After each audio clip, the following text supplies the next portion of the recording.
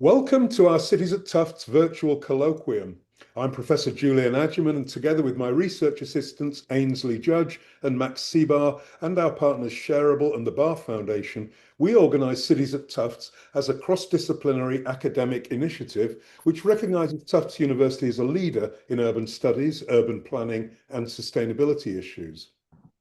We'd like to acknowledge that Tufts University's Medford campus is located on colonised Wampanoag and Massachusetts traditional territory. Today, we are delighted to host Dr. Dan O'Brien.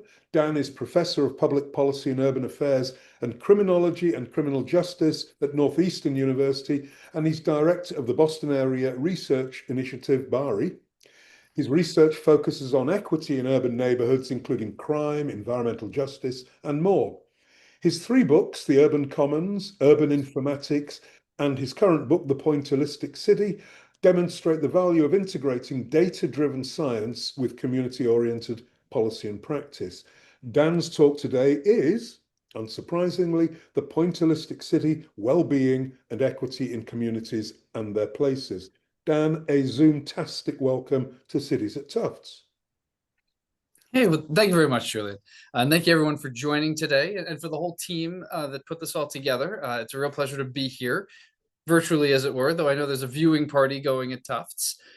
So yeah, real pleasure. And so I'm going to jump in and as Julian said, I'm going to be giving you kind of a synopsis or the overview of the book that just came out in January on the Pointillistic City. But I want to start with a question. Where do you live? And I'd love if, a couple bold souls would be willing to, actually, you know what? If a couple people want to put in the chat, where do you live? How would you answer that question?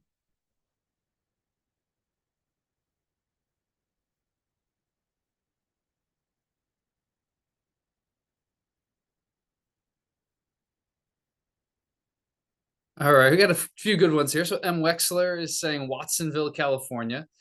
Crystal H says Somerville, Massachusetts, specifically near the T. William Ryan says Guildford, near London, United Kingdom. John Frick says on the outskirts of a mid-sized Dutch city on the border with Belgium, potentially anticipating that some of us might not know the name of that city. Yeah, so we've got lands of coastal Salish peoples, aka Bellingham, Washington, from KL Bentrup. So we've got a bunch of different answers here, right? And they can cover a whole range of scales, right? And a whole range of scopes. It can be anything from something very broad, like an entire city, down to a neighborhood or even a location. I'm going to stretch near the T into being a specific location, right? And all of those things are real, right? So were legitimate answers to this question, right? So you could imagine someone living on this street right here, this corner right here is saying, I live across the street from the bodega on Bowden Street, or I live right next to the community health center on Bowden Street, next to Bowden Park. Or they could describe themselves as living on Bowden Street in the community of Bowden, Geneva, right? Or they could describe themselves as living in the neighborhood of Bowden, Geneva in South Central-ish Boston, and so on and so forth, right?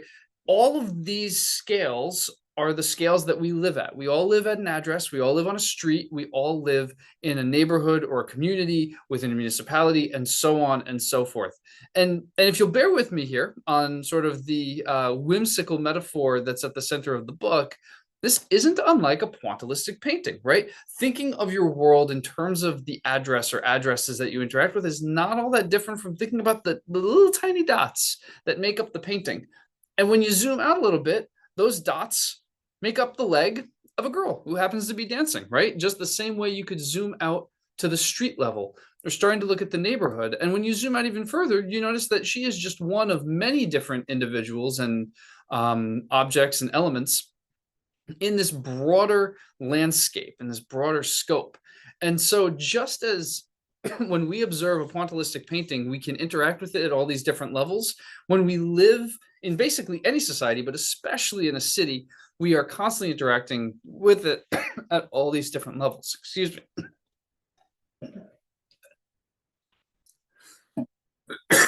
Well, there's timing for you. Apologies.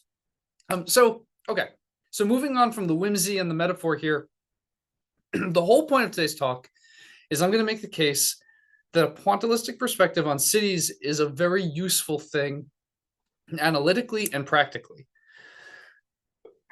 Because urban science has focused almost exclusively on the effects of neighborhoods on well-being. We've really thought at only one scale predominantly, and this is true across a series of subdisciplines, and it's rooted in the seminal and really important work of original urban scholars, folks like W.E.B. Du Bois, looking at Black American communities in Philadelphia and elsewhere around the turn of the 19th to 20th century, and around the Chicago School of Sociology, which really looked at the neighborhoods of Chicago, especially kind of the ethnic enclaves that were developing in the early 20th century as a result of immigration, right?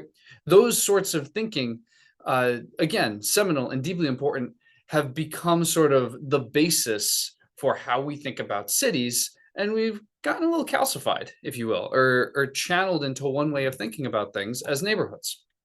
I think as a result, there are processes and outcomes that are operating at lower and higher levels that shape life too, that have been overlooked. And the particular use case or, extension of knowledge, if you will, that I think is important here to highlight at the moment is microspatial inequities, right? Distinctions in experience and outcome that exist building to building, block to block within the same neighborhood.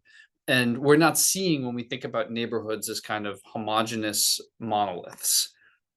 And from there, we have this current opportunity, thanks to this explosion of technology and data for the hyperlocal, where we can actually really see these things and study them.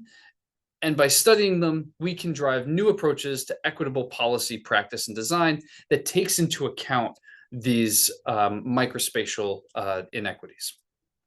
So that's it, right? If you need to go, you can go now. You've got the point. That's about all there is to it. But I will gladly elaborate for another 25 minutes to half an hour. And so that outline is going to be, I'm going to map out the pointillistic perspective on cities, sort of the conceptual or theoretical and empirical background on it. And then I want to transition into what community-led, science-driven solutions that build on this idea or leverage this idea can look like. And because there's nothing so practical as a good theory. I want to make sure the theory here is practical. And I will note, and Julian asked me to talk a little bit, particularly about Boston Area Research Initiative. I will note the context for all this work, and then I'm not going to talk about it. And so if you want more detail on that, let's talk about it in the Q&A. But just so you know the background here, right? My previous textbook on urban informatics, I'm a big data guy. That's what I do, at least empirically speaking.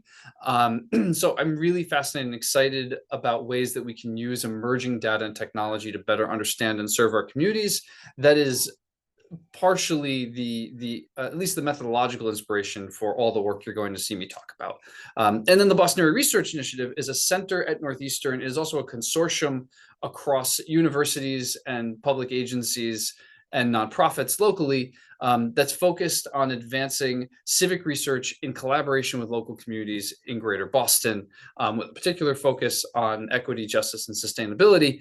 And it's a big collaborative. It also makes the opportunity for me as an individual to be able to collaborate with dozens of fantastic, smart people across all of those sectors and institutions. When I use the word we during this talk, I'm generally referring to a bunch of folks, whether they be, research assistants working on the project, or public agencies, or community partners, what have you. There's a big we there, and I want to make sure I give that at least a nod of credit, and at times I'll name those people by name. But I also want people to know that this is the context within all this work is occurring, and I can answer more questions about that at the end.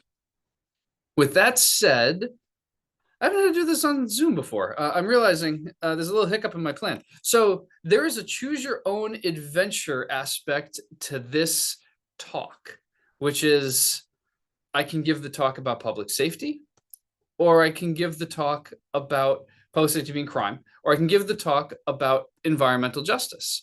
And I'll do either one. The question is, which one do you all want me to do? And I'm not entirely certain how to do this in the Zoom context, because normally I just ask for a raise of hands. How to do this? Let's see. In the chat, people are adding. Let's see. What do we got? EJ, EJ, EJ, EJ, EJ, EJ, EJ. Okay. I think we have enough votes here. We're gonna go EJ. Alrighty. There we go. All right, so let's begin with the pointillistic perspective, and to go a little bit beyond the whimsy of the metaphor. What are the three premises that are kind of at the foundation of this approach to thinking about cities and communities? First, processes at all geographic scales matter, but more localized ones are often going to be more important for our experiences and our outcomes.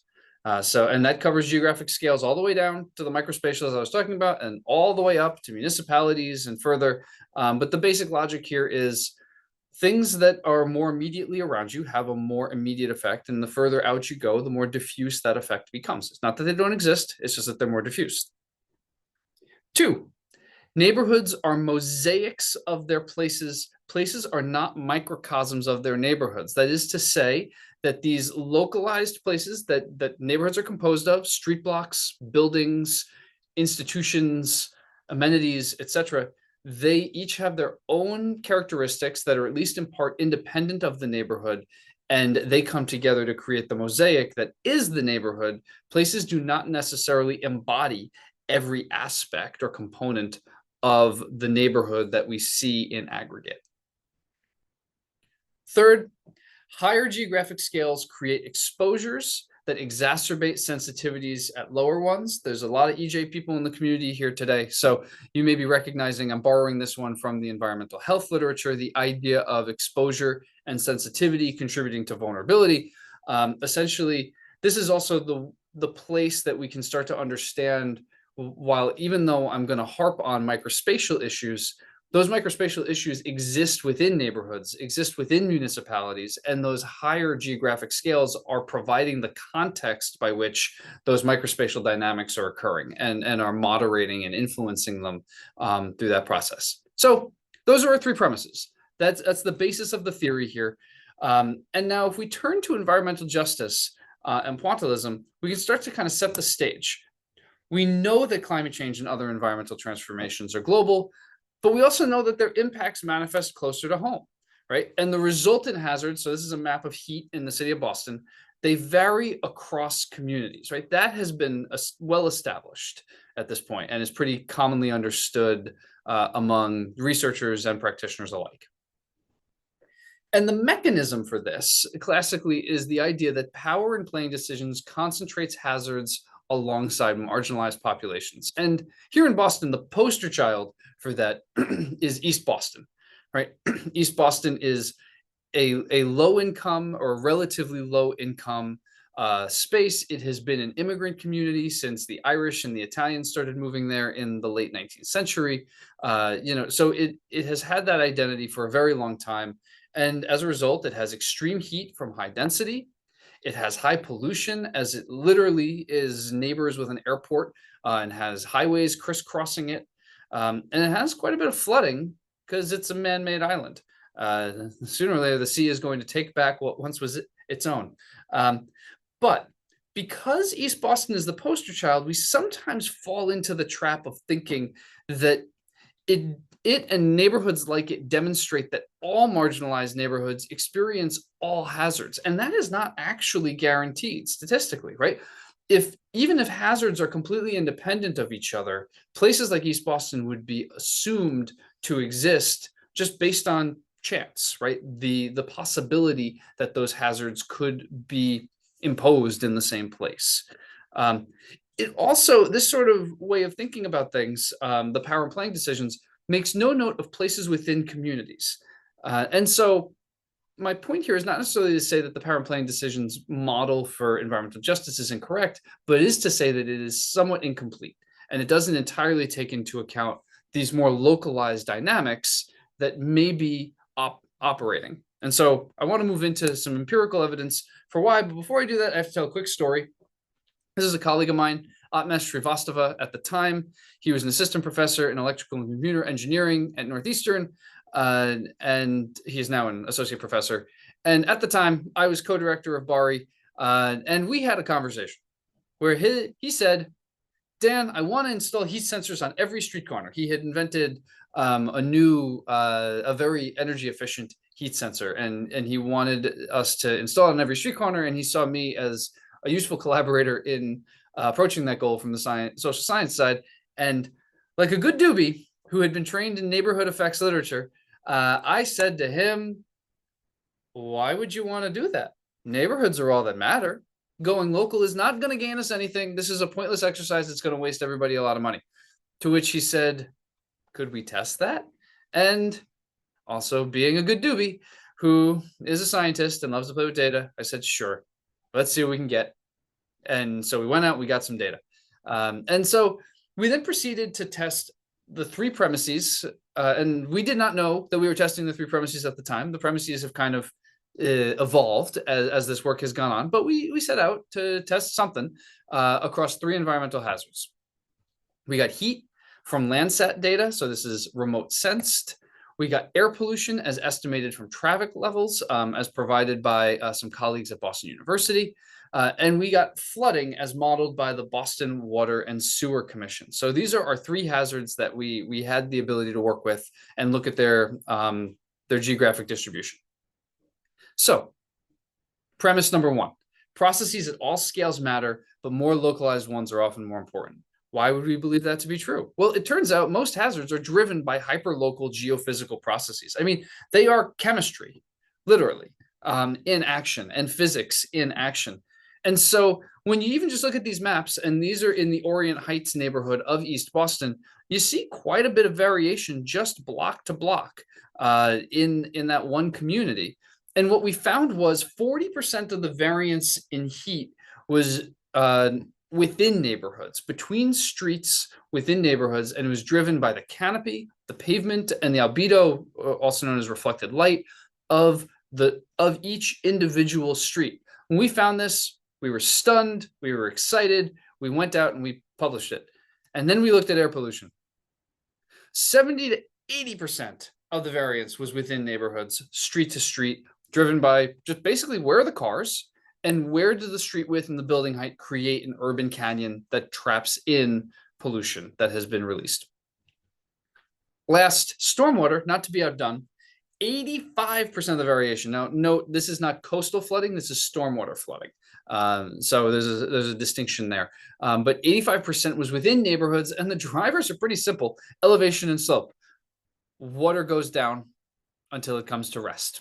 That's basically it. And that's where you end up with flooding in a neighborhood. And I can tell you from my drive this morning to get to work, there are very specific places in my neighborhood that flood and very specific places that don't. Okay, so evidence for premise one was there. Premise two, neighborhoods are mosaics of their places. Places are not microcosms of their neighborhoods. And so this comes down to the question of, should we expect hazards with different drivers to be clustered together, right? Because the power in policy hypothesis basically sort of implicitly would argue that yes, because power in planning and power policy will eventually place all of the hazards in disenfranchised communities. But if these hazards have completely different drivers, do we actually expect that to happen in practice? Are planning decisions that comprehensive?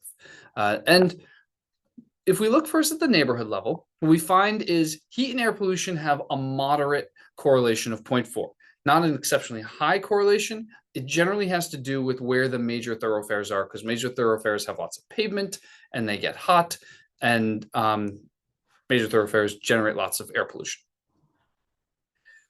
Stormwater and air pollution have a slightly lower moderate correlation. This one I found interesting. The best explanation I can find is for Boston's geography, right? The thoroughfares are built between the hills.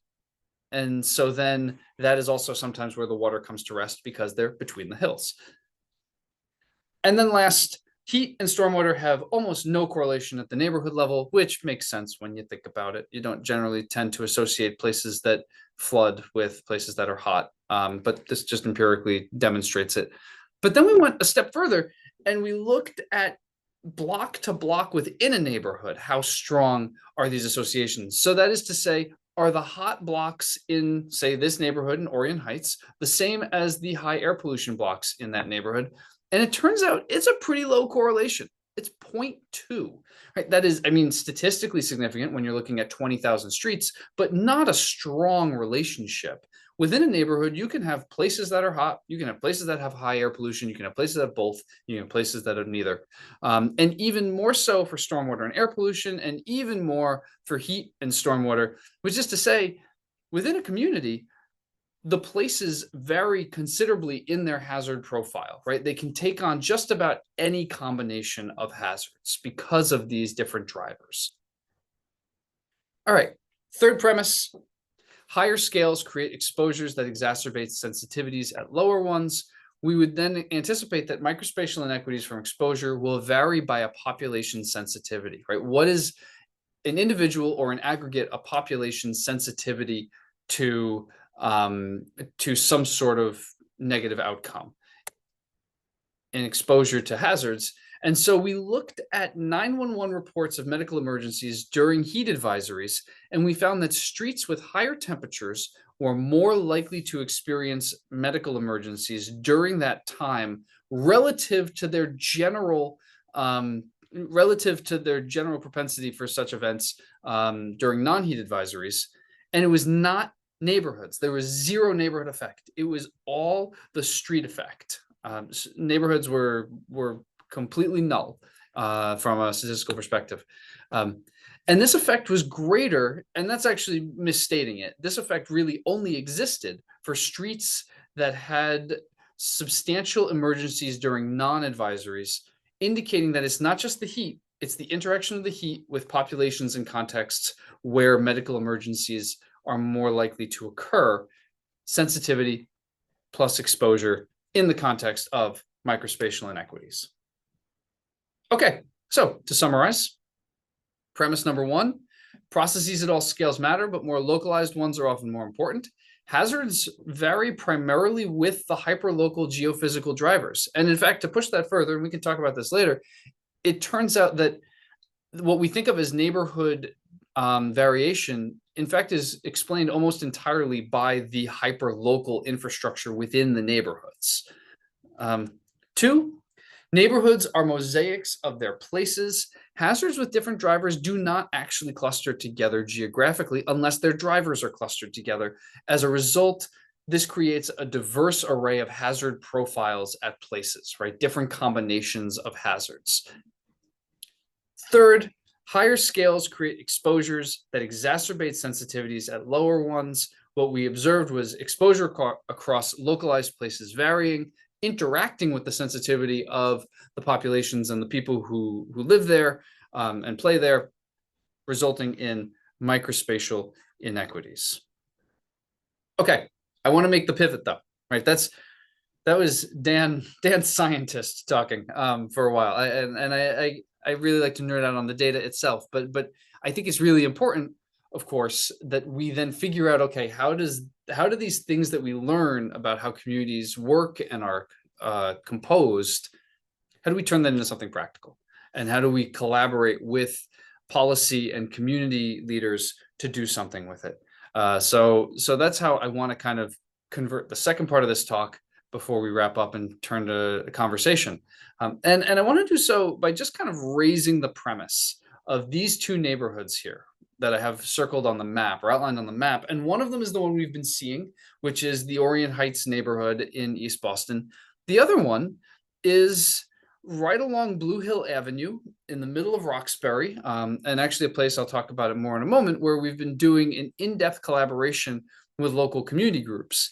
And when you look at these two places, right, they both have hot spots and cool spots. They both have places where there's air pollution and where there's not air pollution.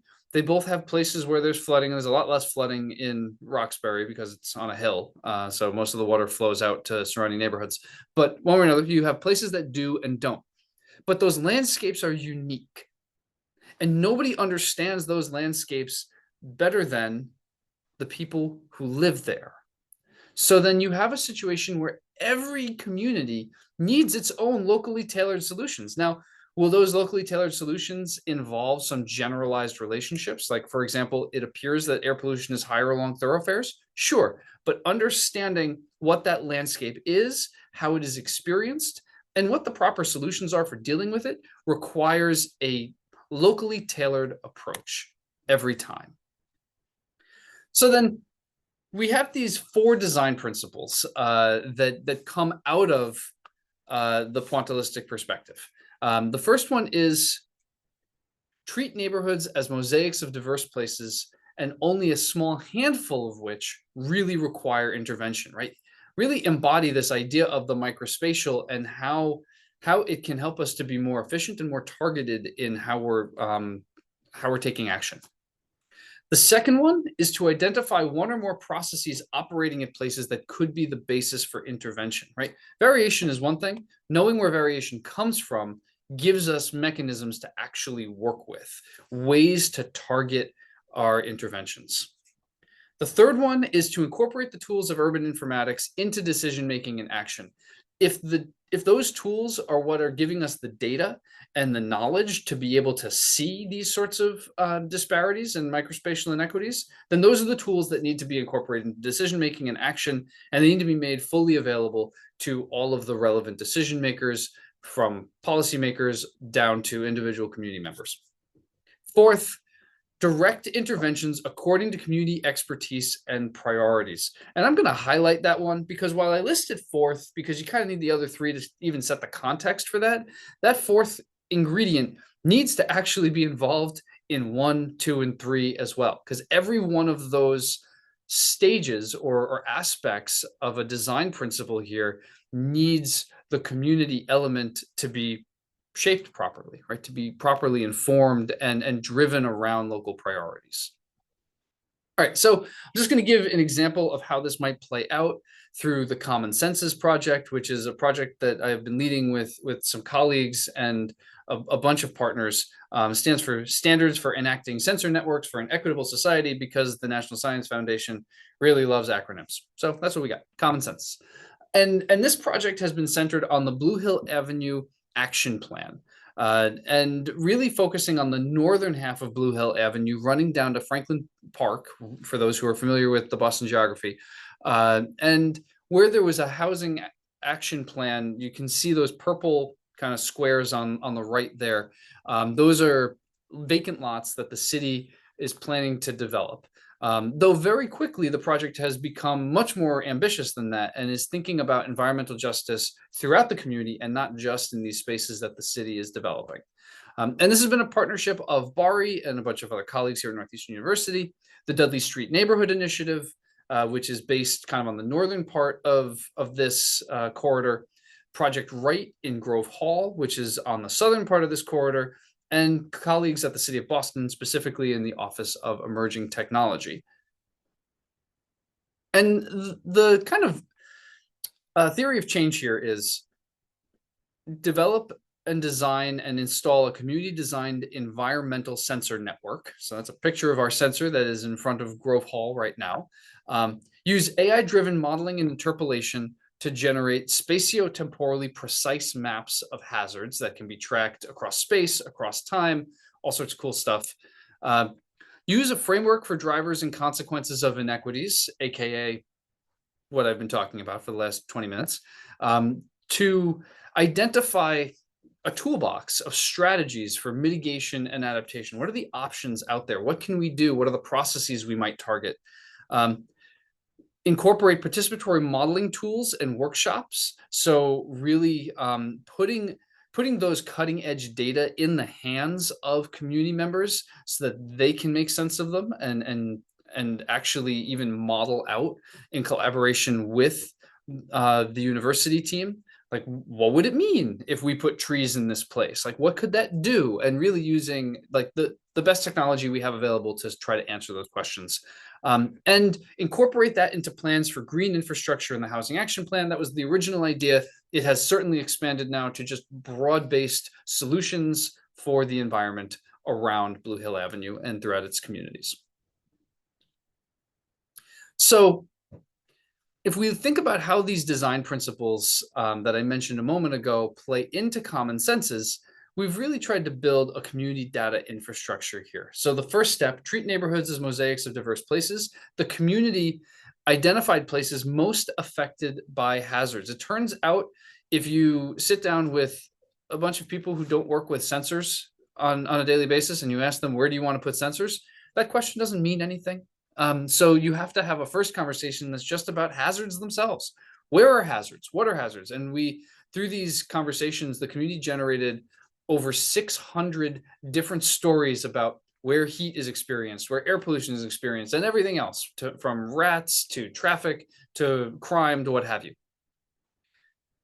2, identify processes that could be the basis for intervention. And the community described causal mechanisms. And this is really important. And I think it's been something I've been thinking about a lot lately, where this idea that things that quote unquote scientists do, right, researchers do, like articulate causal hypotheses, are being done by people all the time, every day. They just use different words to describe them. And so as we kind of read these community stories together as a full collaborative, right, we saw that a lot of the stories were actual causal hypotheses about the relationship between traffic and air pollution, or the relationship between trees and heat, or the effect of airplanes going overhead and air pollution and noise, right? All of these stories are their own causal hypotheses that are the very processes that the neighborhood perceives as driving the hazards that they experience. And, that's eminently testable. And once you test it, if you have evidence for it, then you have a point for action. So to test it, tools of urban informatics, community and researchers co-designed the placement of all of the sensors to track places and processes. We now have, I think by next week or the week after, we will have over 60 sensors deployed in the community, and they look something like that. And we have essentially a community data infrastructure. We're finalizing our public portal for streaming all the data outwards. The air pollution sensors are available right now. We're still working on the heat and noise ones, but this is a place where anyone can come and point and click and basically see what has been going on at that sensor today, yesterday, and back to when we installed them. So kind of as a summary here, right, this step from sensors to data to more conversations to action, right? I'd like to argue that this really empowers community to design their own spaces, and it puts the tools that are often considered kind of the purview of academia and private tech corporations in the hands of community, and for their own, they get to govern it and they get to decide what it becomes. It improves the quality of the solutions and their alignments with local interests and priorities. Right? Just very simply, right? If you want to solve a problem with somebody, it probably makes the most sense to have them drive the ship. It seems axiomatic at times, but it feels like something that we need to say out loud. And then I will note this before I get to my conclusions, which is, and I think many of you know this well, especially the planners, this requires proactive engagement strategies that are currently uncommon. Most planning strategies at this time are reactive more so than proactive, right? They get to a certain point in the planning process, then they have a public meeting. They basically say, do you like this or not? They don't really take a whole lot of feedback. Maybe they take the feedback and they incorporate the things that are really easy, but the ship has already left the harbor at that point, mostly. And so it is not a collaborative process the way we do most planning engagements right now. And my argument is that this takes probably a little bit more work and it takes a little bit more foresight, but in all reality, you have to do that process anyway. So why not imagine how we can reconstruct it in order to achieve this, which would be much more satisfying for everybody. And so that's my standing on a soapbox moment here. And so that's the basic goal that we would need to pursue. Because right now, this thing that we're doing is in the context of an NSF grant, which is therefore, right, technically a one-off, right? It would need to be adopted and replicated in other contexts. So with that said, conclusions. All right, if you take one thing away from this talk, or let's call it two, it's the premises and the design principles, right? The premises for the pointillistic perspective: processes at all scales matter, but more localized ones are often more important. Neighborhoods are mosaics of their places. Places are not microcosms of their neighborhoods. And higher scales create exposures that exacerbate sensitivities at lower ones. That's it. That's all you need. And if you want to go one step further, design principles: if you're going to leverage the pointillistic perspective to design something in a community context, be it for environment or, given the other version of this talk that you didn't see, crime and public safety, or anything else really, treat neighborhoods as mosaics of diverse places. 2, identify the processes that could be the basis for intervention, right? What is actually driving this thing that we're getting at the hyperlocal level, the microspatial level? 3, figure out how to use the tools of urban informatics, put them in the hands of everyone who needs to be involved.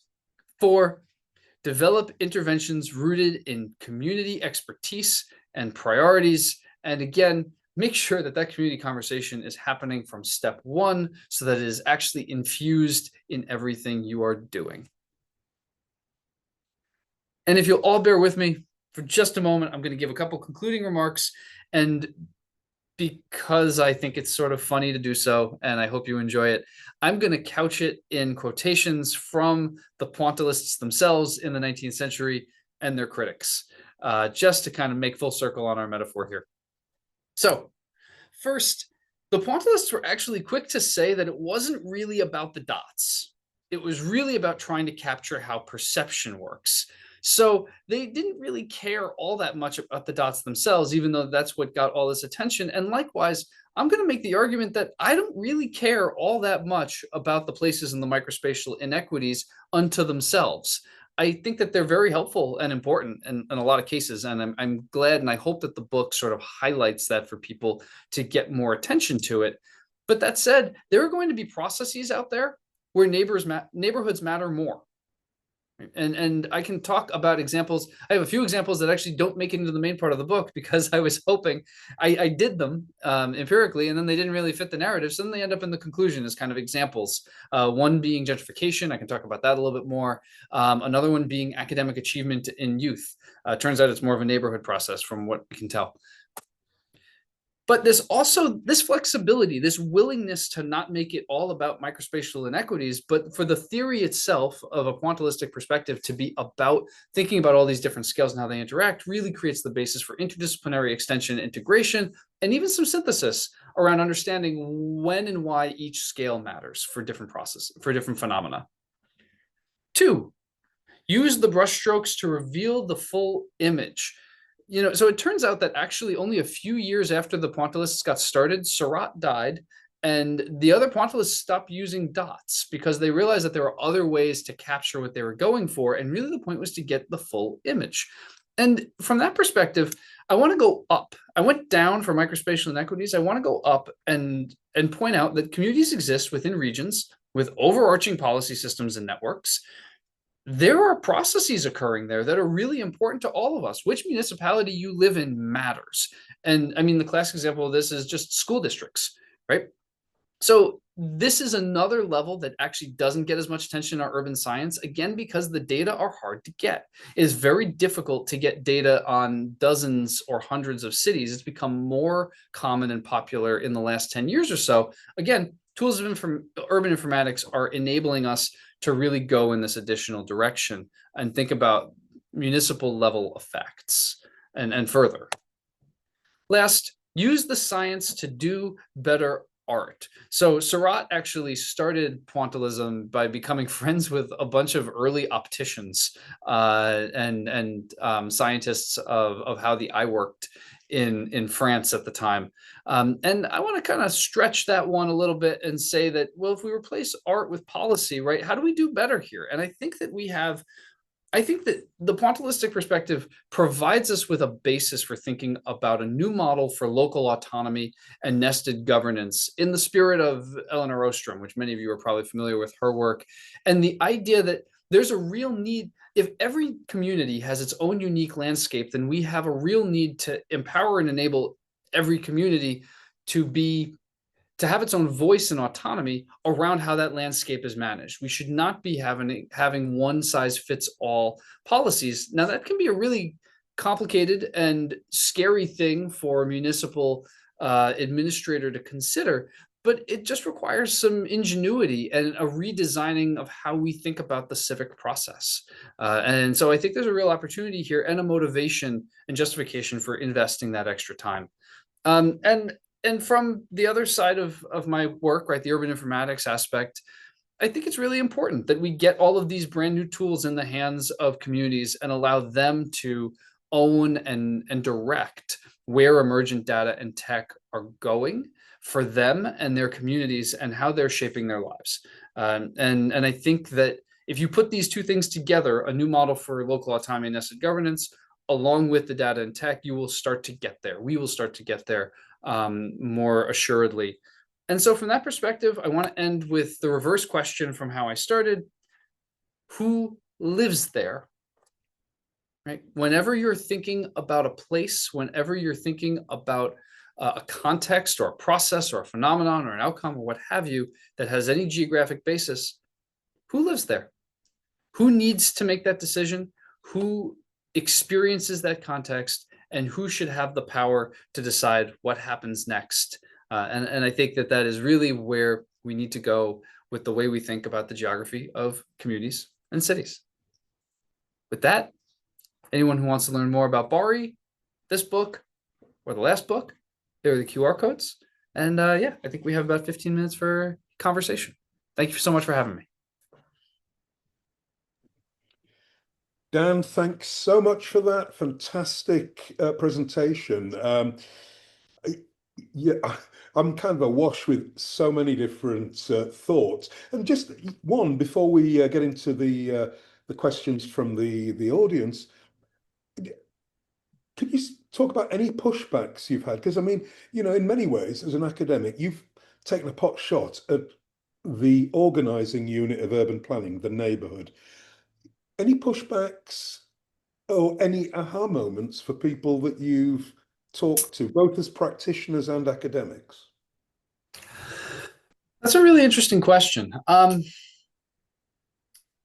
think possibly the most interesting. So this is, I'll tell an anecdote that's really the other part of the talk, right? The public safety. So for those who don't know, there's the kind of the standard bearer of the Chicago school neighborhood effects literature is Rob Sampson. He's a professor at Harvard in sociology. He wrote a book that came out in 2009 or so called The Great American City. So he's been kind of the torchbearer for that over the years. He was my postdoc advisor, right? He's the person who hired me to start Bari. And he's the neighborhood effects guy. And in criminology, there's actually this ongoing feud between him and his allies and the people who have been focusing on streets and places. And when people put together panels at the annual conference where those folks are on the same panel, it's hysterical to watch because they basically compliment each other briefly at the beginning and then proceed to tell each other why they're idiots in public. It's really entertaining. It's also not very productive from a scholarly perspective because it creates this sort of divide. Yeah. And I think, I tried my best as I wrote it to give full credit to both sides you're both right. You're just wrong about the other one being wrong. And I sent it to him and I sent it to kind of the standard bearer on the places side of things. And they both said, I really enjoyed the book. It was great how you stuck it to the other guy. And so I think and that's in some ways an unnecessary anecdote, but in other ways, I think it sort of illustrates how science works, which is they've spent 20 years arguing with each other. they're never going to fully agree with the things that the other person is saying. But as the person who's in the next generation of the scholarship, who's able to talk to both of them and speak both their languages, there's a general agreement underneath that argument that, like, well, it's both right, right? They both exist. They are complementary processes and paradigms. So, eventually we just need to get over this. And so far, that has been the majority of the conversations I've had.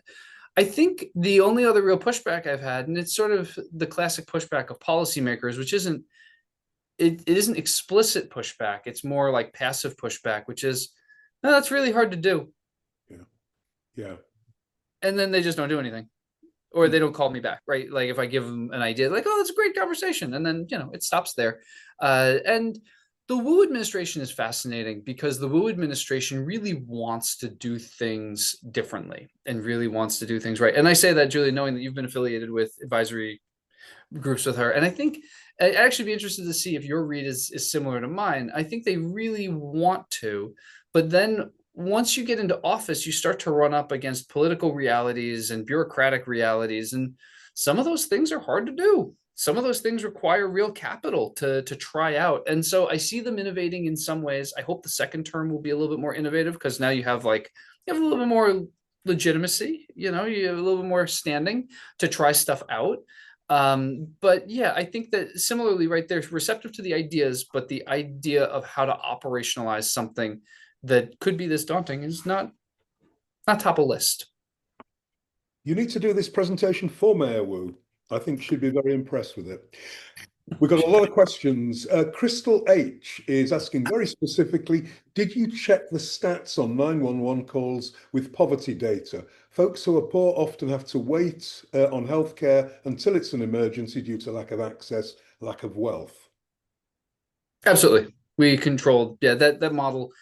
I gave the TED Talk version of the results there. If you want to check out the paper, we have tons of covariates in the model, one of which being income. So all of those effects that I talked about in terms of heat on medical emergencies of different contexts, controlled for income, it controlled for race, it controlled for population density, controlled for all those sorts of things. So that's a really good question. Great. Question from Kristen McKee. If we'd chosen the other path, public safety, what factors or elements would have correlated to pollution, heat and flooding to arrive at the same principles? So that side of the talk, it looks at crime as the outcome variable. So there isn't much discussion in that of air pollution, heat, etc.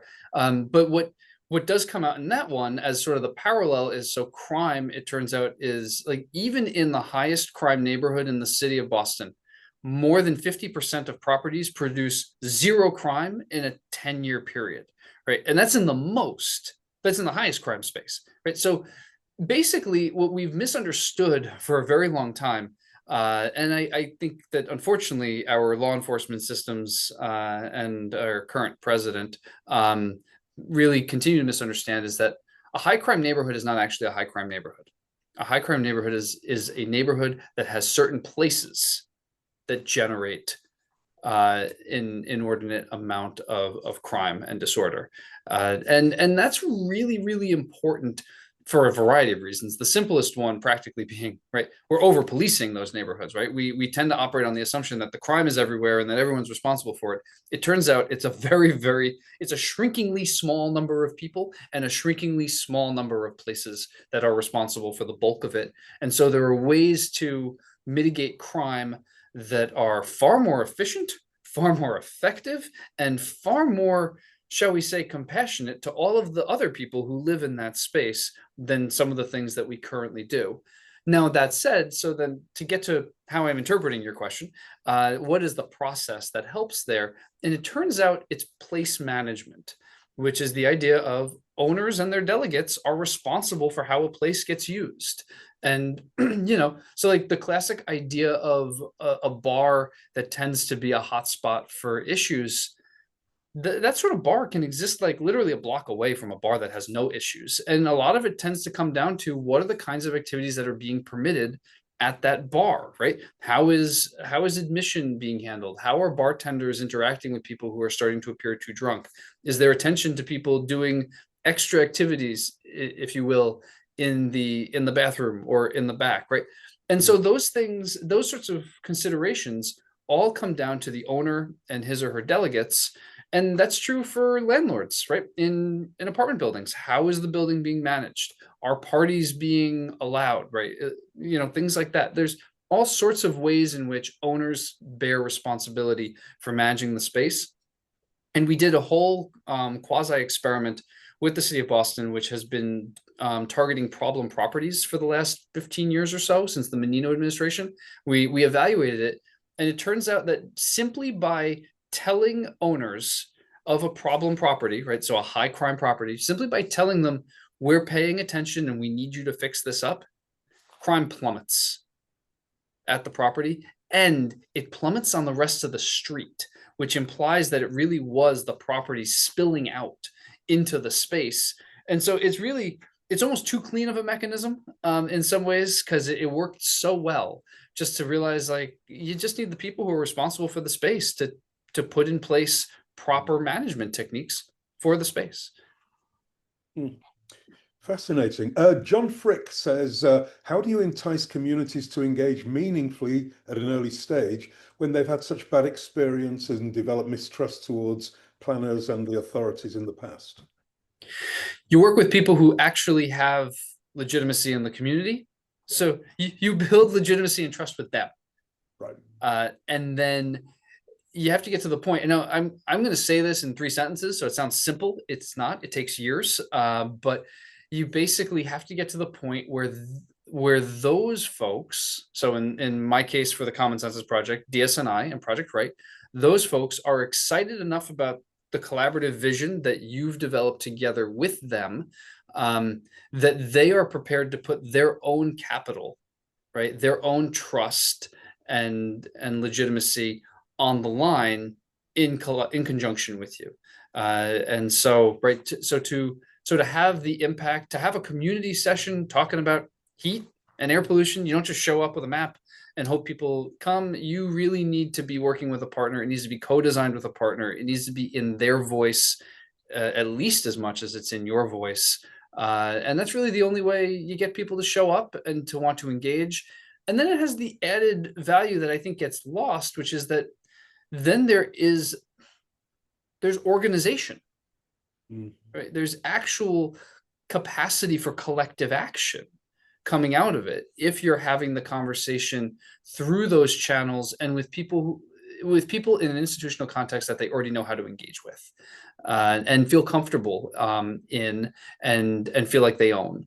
So yeah, the answer is simple, but it takes a lot of work, and a lot of just co-design and trying to get it right. Karen Dukmagian asks, has the experience of the heat wave of July 95 in Chicago and the work of Eric Kleinenberg and others played any role in your work? Yeah, absolutely. Those are seminal papers. Yeah. And really sort of captured the neighborhood effects story for disaster management and heat waves in particular. But I think that work opened up the door for that. I'll digress for a moment in my answer to that, because I think this might be useful for graduate students, especially those who are pursuing a PhD, right? By nature of our work, right, scholars, scientists, whatever you want to call it, we have to sort of disagree with the past in order to make a case for, like, oh, we're making a contribution here. They were wrong and I am right. But I like to think of it a lot more, and this might get back to the pushback question, Julian, that you asked earlier. I like to think of it a lot more as, like, they were right for the moment they were in, and they were advancing knowledge past wherever we were at that time. And our job is just to continue advancing knowledge. So, right, so that work from the Chicago heat wave in 1995 was exceptionally important to just even opening up the door to, like, 15 more advances that then made it possible for me to ask the questions that I asked. and to give them any reason for being asked. So yeah, it's a great question, and it's absolutely important to the way I think about things, and hopefully anyone who reads my book then is also using those things, and so on and so forth. Okay. And I think this is probably going to be the last question from Conrad Crawford. Can you please talk about how your informatics reflects the hyperlocal geography landscape layers, i.e. elevation, canopy, hydrology, etc.? Does it measure ecosystem services? I'm not sure about the last part. I might need a definition for that. If Conrad, you want to throw that in the chat just to know what you're looking for there. But in the meantime, I can sort of answer the first. Most of these data sets that we're working with are inherently hyper local. So for example, the heat is measured at 30 meter by 30 meter grids. Flood mitigation is the source. Okay. 30 meter by 30 meter grids. The air pollution data was measured street block by street block, meaning from intersection to intersection or intersection to dead end. The flooding, I think it was 1 meter by 1 meter grid that the consulting company did for Boston Water and Sewer. So what I try to do is get information at the lowest possible geographic scale I can, and then aggregate up from there as necessary for the purpose of the analysis, and basically find the lowest common denominator that is the lowest kind of granularity we can get at. And then the moment you have that, then so for whatever ecosystem service it is, so for example, flood mitigation, you then have to ask yourself, okay, how do we incorporate that data into the process? And is that data at the scale that we need it to be at? And sometimes you actually need it to be a little bit higher, while the insight was here, right? The action has to be a little bit broader for some reason or another. And so then, it's just a matter of being comfortable working with data at multiple levels of aggregation, and taking ownership of which level of aggregation you want or need or think. And when you're forced to a default, just knowing what the implications of that default is.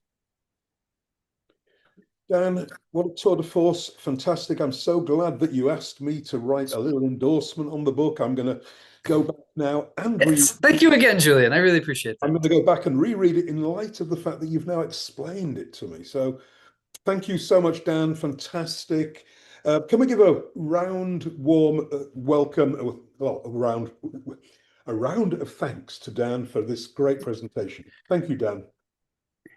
Thank you all. Thank you, Julian, for having me. Thank you to the whole team here, Tom, Ainsley, and everybody else for putting this together. And thank you all for joining.